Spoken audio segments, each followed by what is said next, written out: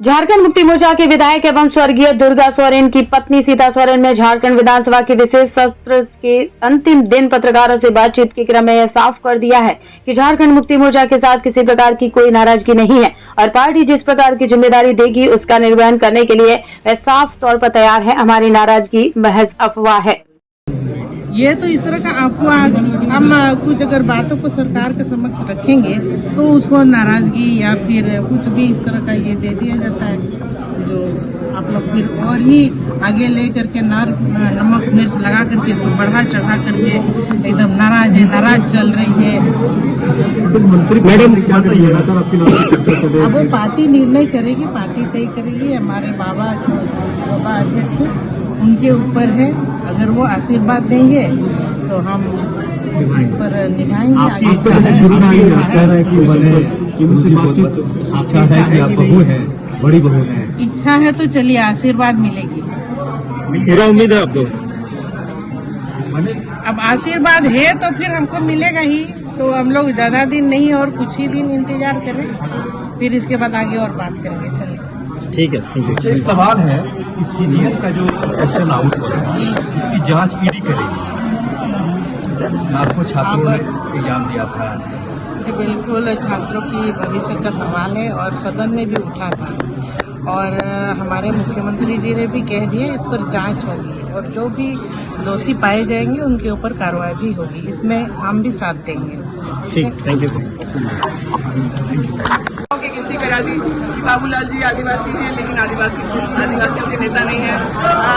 स्मृति ईरानी जी महिला है लेकिन महिलाओं की नेता नहीं है। अमर बावरी जी दलित नेता है लेकिन दलितों के नेता नहीं है। मुख्तार अब्बास नकवी मुसलमान है लेकिन मुसलमानों के नेता नहीं है। इन्हें आईना देखना बुरा लगता है। आप लोग भाषण उठा करके देख लीजिए। अभिभाषण जो था गवर्नर साहब का, आप जब वो बात कर रहे हैं, कोई बात रख रहे हैं तो उनकी बातों में सरकाज़म है। ये संसदीय परंपरा का मैं क्या कह सकती हूँ कि उसका उल्लंघन है और जिस तरीके से होकर बिल्कुल संसदीय नहीं था, अनपार्लियामेंट्री वहाँ किया गया है। आखिर ये करते जाएंगे और हम लोग कुछ ना कहें। आज एचईसी को क्यों बेचने की तैयारी थी? जो कॉर्पोरेट घराना एक बहुत बड़ा कोटा में जिसको बसाया गया है उसी को वापस अडानी को पूरा एचईसी देने की बात है। राहुल जी ने साफ शब्दों में कह दिया है एचईसी को बेचने की अनुमति इन्हें नहीं दी जाएगी। राहुल जी के जब आवाज उठाने पर जो अन्य पीएसयूज हैं उनको बेचने के काम पर इन लोगों ने रोक लगाई, नहीं तो ये पूरे देश को बेच देंगे। लाइमलाइट में आना चाहती है कौन सा किस भाषा का प्रयोग किया है मैंने, वो बताएं कि हिंदी के शब्द क्या हैं। इसमें कहीं तो राय नहीं है कि लोगों को मारा पीटा जा रहा है और आप लोगों ने टीवी में देखा है कि लोगों के कपड़े उतार कर महिलाओं के तो उतर ही रहे हैं, पुरुषों को भी नहीं छोड़ रहे।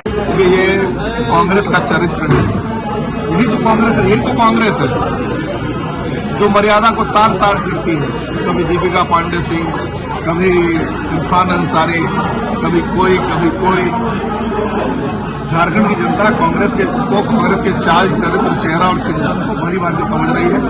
मैं समझता हूं कि आने वाले समय में इन लोगों को बात सर, पेपर लीक का जो मामला सामने आया था जेसीसी का, अब उसे ईडी जांच करने जा रही है। देखिए, मैं तो कह रहा हूं कि जो बड़े लोग इसमें इन्वॉल्व हैं, जब तक बड़े लोग इन्वॉल्व नहीं होंगे, आखिर आज तक पेपर लीक हुए कम से कम 15 दिन बीत गए और आज तक एफआईआर दर्ज नहीं हुआ, तो अब क्या कहेंगे इसको? सवाल उठता है कि कल मुख्यमंत्री जी ने कहा कि इस पर कार्रवाई करूंगा, लेकिन मैंने सदन के अंदर भी कहा कि दूध का रखवाली अगर बिल्ली करे तो न्याय कैसे मिलेगा? इसलिए मैंने सीबीआई जांच की मांग की। ईडी जांच कर रही है, बहुत बढ़िया। यहाँ तो ट्रेंड चल गया है कि राज्य सरकार को एफआईआर दर्ज नहीं करना है, राज्य सरकार को कोई काम नहीं करना है, सिर्फ घपला करना है, घोटाला करना है, पेपर लीक कराना है। और जो केंद्र शासित एजेंसी है वो जब इंटरवेन करती है तो ये लोग कहते हैं कि ईडी और सीबीआई का डर केंद्र वाले दिखाते हैं। कई ऐसे उदाहरण हैं। प्रेम प्रकाश के खिलाफ जो AK-47 पकड़ा है, आज तक एफआईआर नहीं हुआ। पूजा सिंघल का जो मामला मनरेगा घोटाला का खूंटी का था, आज तक एफआईआर नहीं हुआ। अभी हाल में आपने साहब डीसी का मामला सुना था, 8 लाख रुपए नगद पकड़ाया उनके घर से और प्रतिबंधित गोली पकड़ाई, कारतूस पकड़ाए, उस पर FIR नहीं हुआ। तो ये सरकार FIR करेगी नहीं, तो जो सरकार घपले और घोटाले में व्यस्त रही है, मस्त रही है, उसे न्याय की उम्मीद झारखंड की जनता कर नहीं सकती। देखिए, मैं विधानसभा अध्यक्ष जी से आग्रह करता हूं कि कम से कम ये जो विक्रमादित्य आयोग और जो इंक्वायरी रिपोर्ट की जो कॉपी है उसे तो सार्वजनिक करती है। आज सदन के पटल पर आपने ले कर दिया और कॉपी किसी विधायक को दिया नहीं, तो आप क्या छिपाना चाहते हैं? ये हर विधायक जानना चाहते हैं कि आखिर आप उसमें विक्रमादित्य रिपोर्ट, जो भी आज रिपोर्ट की कॉपी सदन के पटल पर ले हुई, उसे जानने का अधिकार विधायकों को है कि नहीं है? तो माननीय विधानसभा अध्यक्ष जी से आग्रह है कि उसकी कॉपी सार्वजनिक कराएं, ताकि देश और दुनिया को, झारखंड की जनता को पता चले कि कहां कहां अन्याय हुआ। दूसरे दिन भी हंगामा सवाल इस बात का उठता है कि 4 वर्षों के इस कार्यकाल में हम लोगों ने लगातार इस बात को देखा कि जन मुद्दों का अभाव भारतीय जनता पार्टी और उनके सहयोगी दलों को सिर्फ हंगामा करने के लिए ही प्रेरित करता रहा है। और आज भी जिन मुद्दों पर बातें होनी चाहिए, उन मुद्दों पर बातें न होकर हंगामा के माध्यम से जनता का ध्यान आकृष्ट करने का प्रयास किया गया। मैं स्पष्ट मानता हूं कि संसदीय परंपराओं की जो नींव इस 5वीं विधानसभा में डाली गई है, ये नींव लोकतंत्र के लिए घातक है। सदन जनता के गाढ़े पैसे से चलने वाला हाउस है, जिसमें जनता से जुड़े सवालों पर बहस और चर्चाएं होनी चाहिए, न कि उन जरूर बातों को कर सदन का और जनता के गाढ़े पैसे का दुरुपयोग किया। आपके नामों पर भी चर्चा करने मंत्री करते हैं, किसको लेकर चाहते हैं? तो माननीय मुख्यमंत्री का विशेष अधिकार है, उनका प्रोरोगेटिव है, वो जिसको तय करें। अंसारी जो सदन में बयान दिए हैं और संसदीय भाषा का इस्तेमाल किया उन्होंने सदन के अंदर, राज्यपाल का आरोप है। देखिए, भगवान प्रभु राम अगर 22 तारीख को विराजमान नहीं होते तो ये चंपई सोरेन इस मुख्यमंत्री के कुर्सी पर विराजमान नहीं। मैंने यही कहा कि प्रभु श्री राम आपके जैसे लोगों का कल्याण करने आए हैं और उन्हीं का देन है कि आज आप जो है मुख्यमंत्री के कुर्सी पर विराजमान हुए हैं।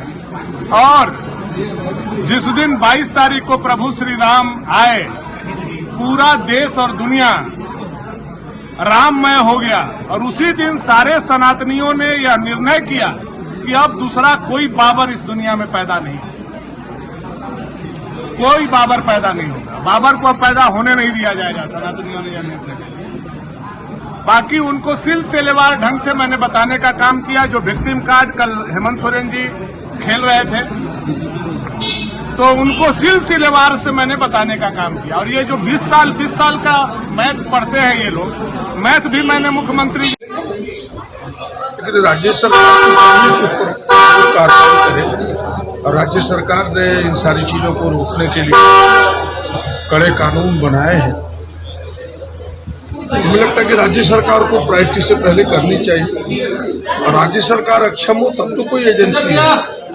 लेकिन जब आप बता रहे हैं तो हमें इस बात को पहले गौर करना होगा कि कैसे ईडी जांच कर रही है या CBI जांच कर रही है, तो मेरे संज्ञान में। क्या लगता है ईडी चीजों पर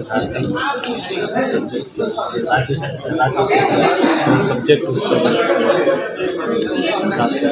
हमें नहीं लगता कि उनकी मंशा साफ होगी। अगर भारत सरकार के इशारे पर उनके राजनीतिक दबाव में कुछ जांच हो, जांच निष्पक्ष हो, जो भी एजेंसी। सदन के अंदर जो भाषा इसको लेकर बातें कही कि जो भाषा का प्रयोग देखिए, चीजें कुछ फिसल सकती है, लेकिन अध्यक्ष जी ने जो अमर्यादित शब्द उसको स्पष्ट किया तो उस पर चर्चा करना उचित नहीं। अब नए मंत्रिमंडल का विस्तार तो होगा ही, ये कंपल्सरी है। जो भी बने अच्छे से काम करें, मिलके काम करें, राज्य में काम करें, शुभकामनाएं। हम विधायक हैं, आगे भी विधायक रहेंगे। जिसकी गारंटी है उसकी बात कर सकता हूँ, जिसकी गारंटी नहीं है उसकी बात करना थोड़ी काल्पनिक होती है। जब महिलाओं को बेइज्जत किया जा रहा था, इस तरह से घुमाया जा रहा था, और कई सारे ऐसे इंसिडेंट्स हैं जहाँ पे महिलाओं को इन्होंने कितना सम्मान दिया है, देखे ही हम लोग, तब इनका मुंह नहीं खुला। आज उन्होंने जो बात की है, दीपिका जी ने जो बात की है, उसको तील का तार ये बनाने का काम कर रहे हैं। मैम, सीजीएल पेपर लीक वाले मामले में ईडी अब हम लोग ईडी बहुत अच्छी जांच करें, ईडी जांच करना ही चाहिए। इसलिए कि ये जो सीजीएल वाली जो प्रक्रिया हुई, उस समय सरकार भी बहुत अस्थिर थी, बहुत सारी चीजें हो रही थे, इसमें तुरंत जांच नहीं बैठाया गया। मगर अगर सब चीज अस्थिर होता तो निश्चित रूप से इसमें एसआईटी टीम का गठन करके इसमें जांच कराना चाहिए था। अगर ईडी भी जांच करिए तो बहुत अच्छा है, वेलकम। लेकिन इतने सालों बाद सीजीएल की परीक्षा होती है, उसके बाद ये राज्य अलग हुआ 23 साल पार हो गया, लेकिन सब लोग आदिवासी के पक्ष और विपक्ष आदिवासी की दुहाई दे रहे हैं। लेकिन मैं पूछना चाहता हूँ, जानना चाहता हूँ कि 23 साल के अंदर में आदिवासी को क्या मिला? क्या इसका अधिकार बचा? किसका जमीन बचा? क्या जब एक्ट आने के बाद भी जमीन नहीं बचा? आदिवासियों का जमीन यहाँ पर बॉन्ड बन रहा है, आदिवासियों के जमीन पर यहाँ बहुत सारे मकान बन रहे हैं। वो देखिए आप दूसरा जगह चेंज कर दिया, क्या मिला? जो था वो भी तो खत्म हो रहा है। चाहे किसी की भी सरकार हो, चाहे किसी भी की सरकार हो 23 साल के अंदर में, लेकिन यहाँ के आदिवासी को क्या मिला? वो भी तो खत्म। आदिवासी सबसे आदिवासी के जमीन पर यहाँ मॉल बना, आप देख रहे हैं। लोबेन दादा तो सिर्फ बाहर ये बात आप रखते हैं, सदन के अंदर नहीं रखते हैं। कौन नहीं रखता है? आप लोग नहीं सुनते? समर्थन एक दिन पहले आदिवासी स्मार्ट सिटी बन रहा है, मॉल बन रहा है, अवैध तरीके से जमीन पर दूसरे जो लोग आकर के उन लोगों का घर बन रहा है। थोड़ा क्या मिला? वही ना आपको जानना चाहते हैं, वही ना आपको बता रहे हैं आप लोग कि 23 साल के अंदर में जो यहाँ का इनो का स्थिति था वो भी खत्म हुआ है। और मैं तो कहूँगा ये राज्य अलग होने के बाद आदिवासियों को बहुत दुर्भाग्य हुए। ठीक मंत्री बन रहे हैं का आप? मंत्री पद को लेकर दादा जो कयास लगाए जा रहे हैं कि क्या दादा भी शामिल होंगे, हम लोग की तो मंत्री है नहीं, क्या है हमको कोई ख्याल नहीं है। तो कारण है दादा, हम तो हमारे मोबाइल को सुनते रहते हैं, सर झुका के थे। पर्यावरण वो तो देखिएगा विभाग की विभाग हो के भाग होगा, भाग सबसे पहले खबर देखने के लिए आप न्यूज स्टार भारत चैनल को सब्सक्राइब करें, लाइक करें, शेयर जरूर करें ताकि हर खबर आप तक पहुंचे।